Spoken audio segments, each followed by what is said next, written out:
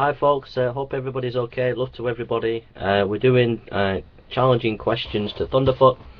We're looking at this book, Why I'm a Christian, Norman Geisler and Paul K. Hoffman. The article, we're looking just a few bits of William Lane Craig, Why I Believe God Exists. And I'd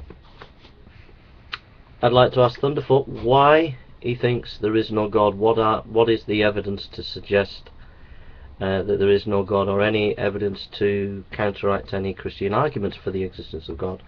I'll just read a little bit of William Lane Craig. Western philosophy, observes James Collins, has carried the burden of God.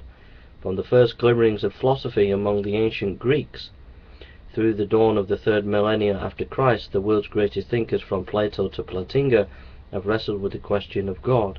Is there a personal, transcendent being who created the universe and is the source of moral goodness?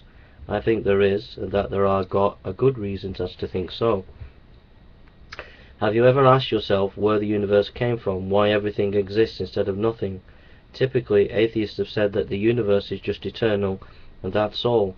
But surely this is unreasonable. If the universe never had a beginning, that means the number of past events in the history of the universe is infinite. But mathematicians recognize the idea of an infinite number of things leads to self-contradiction. For example, what if infinity minus infinity? Mathematically, you get self-contradictory answers. If you subtract all the odd numbers 1, 3, 5 from all the natural numbers of 0, 1, 2, 3, how many numbers do you have left? An infinite number. So infinity minus infinity is infinity. But suppose instead you subtract all the numbers greater than 2, how many are left? 3. So infinity minus infinity is 3. It needs to be understood that in both of these cases we have subtracted identical quantities from identical quantities and come up with self-contradictory answers. In fact, you can get any answer you want from 0 to infinity. This shows that infinity is just an idea in one's mind, not something that exists in reality. David Hilbert, perhaps the greatest mathematician of the century, stated, "The infinite is nowhere to be found in reality. It neither exists in nature nor provides a legitimate basis for rational thought. The role that remains for the infinite to play is solely that of an idea. Therefore, since past events are not just ideas, but are real, the number of past events must be infinite, must be finite. Therefore, the series of past events can go back forever, rather than the universe at some point must have begun to exist." This conclusion has been confirmed by remarkable discoveries in astronomy and astrophysics. The astrophysical evidence indicates that the universe began to exist in a great explosion called the Big Bang around 15 billion years ago.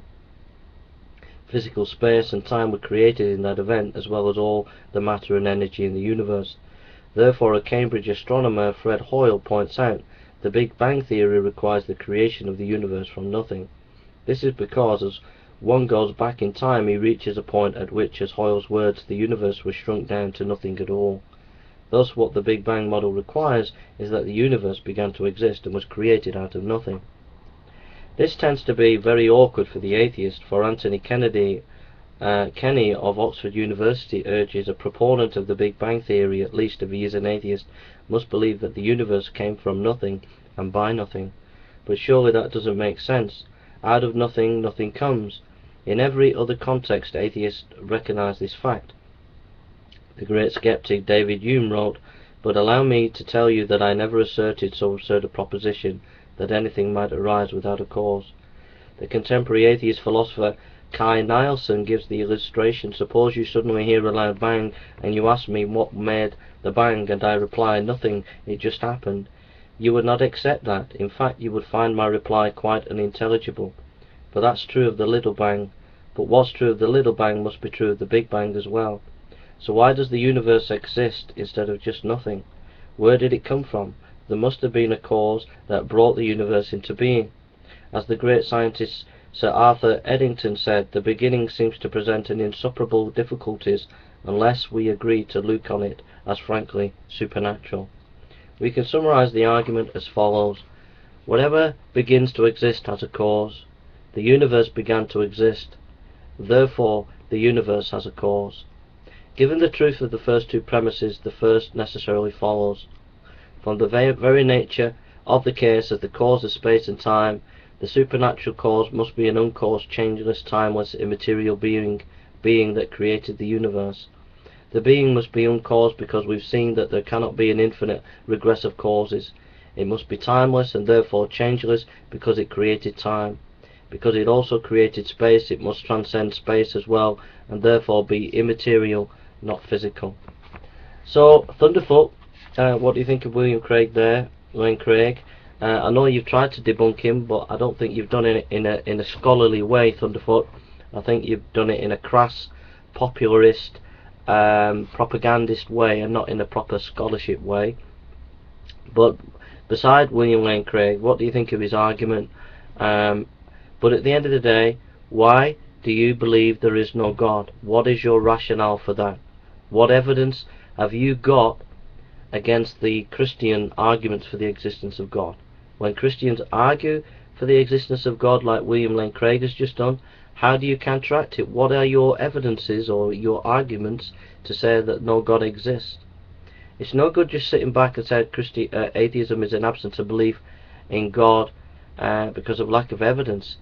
What reasons do you have for rejecting the Christian arguments for the existence of God? What is your evidence? What are your reasons? If you don't answer these questions, Thunderfoot, you're showing you're an intellectual coward, you're not dealing with things in a scholarly way, and your followers are intellectual cowards and they're not dealing with things in an honest way.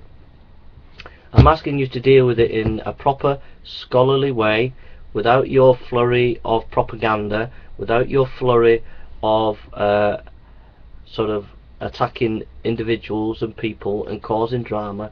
I'm asking you to deal with these questions in an honest, fair and scholarly way to reply to these questions. Thank you for listening and God bless you.